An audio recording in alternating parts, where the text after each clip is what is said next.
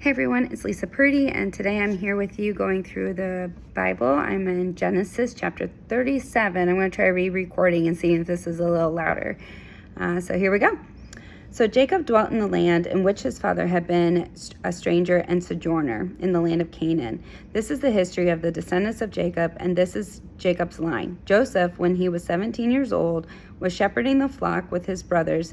The lad was with the sons of Bilhah and Zilpah, his father's secondary wives, and Joseph brought to him his father a bad report of them.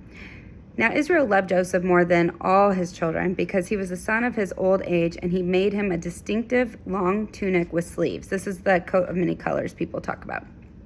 But when his brothers saw that their father loved Joseph more than all his brothers, they hated him and could not say peace and friendly greeting to him or speak peacefully to him. So a lot of people say shalom, and it's like peace with you. Okay, so that's what they're talking about. Now, Joseph had a dream, and he told it to his brothers, and they hated him still more. And he said to them, "Listen now, and hear, I pray you, this dream that I have dreamed. We, brothers, were binding sheaves in the field, and behold, my sheaf arose and stood upright, and behold, your sheaves stood around about my sheaf and bowed down." His brothers said to him, "Shall you indeed reign over us, or are you going to have us as your subjects and dominate us?" And they hated him all the more for his dreams and for what he said. But Joseph dreamed yet another dream, and it told it to his brothers also. He said, "See here, I have dreamed again, and behold, this time not only 11 stars, but also the sun and the moon bowed down and did reverence to me." And he told to his father as well as his brethren. His father rebuked him and said to him, "What is the meaning of this dream that you have dreamed? Shall I and your mother and your brothers actually come to bow down ourselves to the earth and do homage to you?"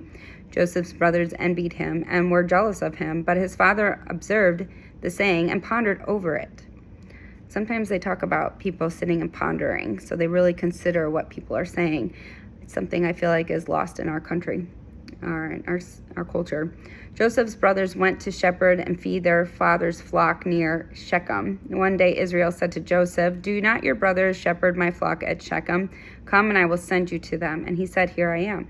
And Jacob said to him, "Go, I pray you, see whether everything is all right with your brothers and with the flock. Then come back and bring me your word." So that he sent him to the Hebron valley, and he came to Shechem. And a certain man found him, and behold, he had lost his way and wandering in the open country. The man asked him, "What are you trying to find?" And he said, "I am looking for my brothers. Tell me, I pray you, where are they pasturing our flocks?" But the man said, "They were here, but they have gone. I heard them say, 'Let us go to Dothan.'" And Joseph went after his brothers and found them at Dothan. And when they saw him far off, even before he came near them, they conspired to kill him. And they said to one another, "See, here comes this dreamer and master of dreams. So come on now, let us kill him and throw his body into some pit, that he will say to our father, 'Some wild and ferocious animal has devoured him,' and he shall see what will become of his dreams." Now Reuben heard it, and he delivered him out of their hands by saying, "Let us not kill him." And Reuben said to them, "Shed no blood, and cast him into this pit or well is out here in the wilderness, and lay no hand on him." He was trying to get Joseph out of their hands in order to rescue and deliver him again to his father. When Joseph had come to his brothers, they stripped him of his distinctive long garment, which he was wearing. Then they took him and cast him into the well-like pit that was empty there with no water in it. Then they sat down to eat their lunch. When they looked up, behold, they saw a caravan of Ishmaelites, mixed Arabians, coming from Gilead, with their camels bearing gum of the styrax tree, balsam, and myrrh, or ladanum, going on their way to carry them down to Egypt. And Judah said to his brothers, "What do we gain if we slay our brother or conceal his blood? Come, let us sell him to Ishmaelites, the Midianites, that are mixed Arabians who are approaching, and let not our hand be upon him, for he is our brother in our flesh." And his brothers consented. Then a Midianite, the Ishmaelite merchants were passing by. Brothers pulled Joseph up and lifted him out of the well, and they sold him for 20 pieces of silver to the Ishmaelites, who took Joseph captive into Egypt. Then Reuben, who had not been there with the brothers, who plotted to sell the lad, returned to the pit, and behold, Joseph was not in the pit, and he rent his clothes. That means he ripped them up. He joined his brothers and said, the boy is not there, and where shall I go to hide from my father? Then they took Joseph's distinctive long garment, killed a young goat, and dipped the young garment in the blood. And they sent the garment to their father, saying, we found this. Examine and decide whether it's your son's tunic or not. He said that my son's long garment, an evil wild beast has devoured him. Joseph is without doubt rent in pieces. And Jacob tore his clothes, put on sackcloth, and mourned many days for his son. And all his sons and daughters attempted to console him, but he refused to comfort and said, I will go down to Sheol, the place of the dead, to my son's mourning.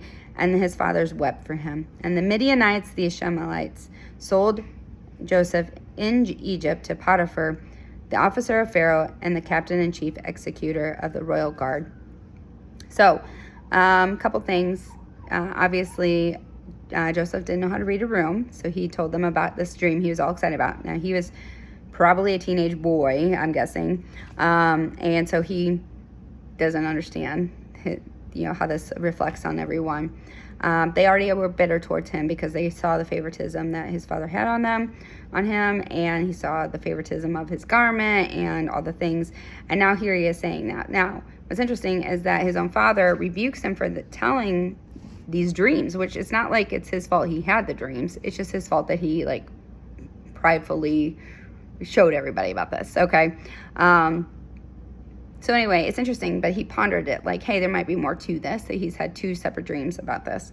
But they go about life, and the next thing you know, his brothers they're just so mad at him that they do this. What is interesting though is this was God's plan all along. He uses this for his good and puts him in the right place to eventually have these dreams come into true. So it's a very interesting turn of events, and we'll see how Joseph continues to navigate this. I hope this helps you in your journey and gets you in the Word. Have a great day.